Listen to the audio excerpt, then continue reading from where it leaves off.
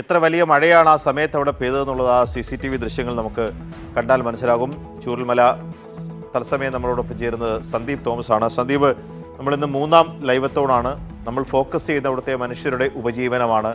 അതിൽ ഒരുപക്ഷെ വീട് നഷ്ടപ്പെട്ടവർ, ബന്ധുക്കളെ നഷ്ടപ്പെട്ടവർ, കന്നുകാലികളെ നഷ്ടപ്പെട്ടവർ, കൃഷി നഷ്ടപ്പെട്ടവരുടെയൊക്കെ കാര്യം പറഞ്ഞു. അതുപോലെ തന്നെയാണ് ഏതാണ്ട് 106ഓളം വരുന്ന വ്യാപാര സ്ഥാപനങ്ങൾ, അതിൽ തന്നെ താഴെയുള്ള 98 സ്ഥാപനങ്ങൾ പറ്റുപടിയോടും പരസ്പരം അങ്ങോട്ടും ഇങ്ങോട്ടും സഹായിച്ചു വളർന്ന ആ വ്യാപാരികളുടെ വിഷമങ്ങളാണ് ഈ ദൃശ്യങ്ങൾ കാണുമ്പോൾ ഏറ്റവും രൂക്ഷമായി നമ്മുടെ മുമ്പിലേക്ക് വരുന്നത്.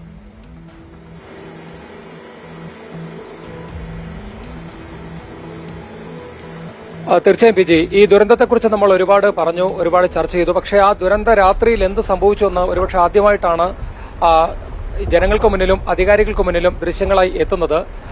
ഇന്നലെ ഈ വ്യാപാരികൾക്കും മറ്റും ഇത്രയും ദിവസം ഇവിടെ പരിപൂർണമായും കടകൾ അടഞ്ഞു കിടക്കുന്നു. കടകളിലൊക്കെ തന്നെ ചെളിയായിരുന്നു.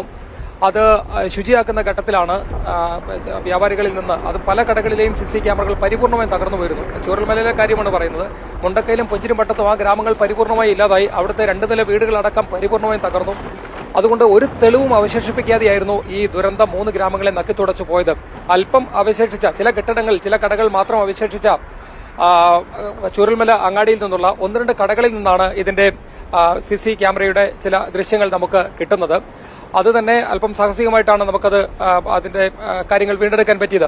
ആ ദൃശ്യങ്ങൾ നൽകുന്ന വിവരങ്ങൾ, ആ ദൃശ്യങ്ങൾ നൽകുന്ന അതിന്റെ ഒരു ഭയാനകമായിട്ടുള്ള ഒരു ചിത്രം തന്നെയാണ് ജനങ്ങൾക്ക് മുന്നിലേക്ക് വരുന്നത്. അതിൽ മനുഷ്യന്റെ നിസ്സഹായതയുണ്ട്. ഒപ്പം തന്നെ ഇത്തരം ദുരന്ത ഘട്ടങ്ങളിൽ ചൂരൽമല താരതമ്യേന സുരക്ഷിതമെന്ന് കരുതിയ പ്രദേശമാണ്. അതായത് അത്രയും മുണ്ടക്കൈയുമായും പുഞ്ചിരിവട്ടവും താരതമ്യം ചെയ്യുമ്പോൾ അങ്ങനെ ഒരു മലയോര മേഖലയല്ല. താരതമ്യേന കുറച്ചുകൂടി സുരക്ഷിതമെന്ന് കരുതിയ ആളുകൾ വന്നു നിന്ന സ്ഥലം കൂടിയാണ്. അവിടെ ഇത്തരത്തിൽ ഉള്ള പ്രദേശങ്ങൾ പോലും എത്ര കണ്ട് അപകടാവസ്ഥയിലാണ്. മാത്രമല്ല, ഒരു നിമിഷ നേരം കൊണ്ട്, നോടിയിട കൊണ്ട് ഒരു കച്ചവട സ്ഥാപനം ആകെ ഒഴുക്കുന്നു എന്ന് മാത്രമല്ല, അതിലെ റെഫ്രിജറേറ്റർ അടക്കം ഒഴുക്കിക്കൊണ്ട് പുറത്തേക്ക് പോകുന്നു. അതിൽ യന്ത്രസാമഗ്രികൾ, ജനറേറ്റർ അടക്കം ഒഴുക്കിക്കൊണ്ട് ചുഴറ്റിയെടുത്ത് പുറത്തേക്ക് എറിയുന്ന തരത്തിലുള്ള പ്രളയത്തിന്റെ മലവെള്ളത്തിന്റെ ഒരു പ്രഹരശേഷി.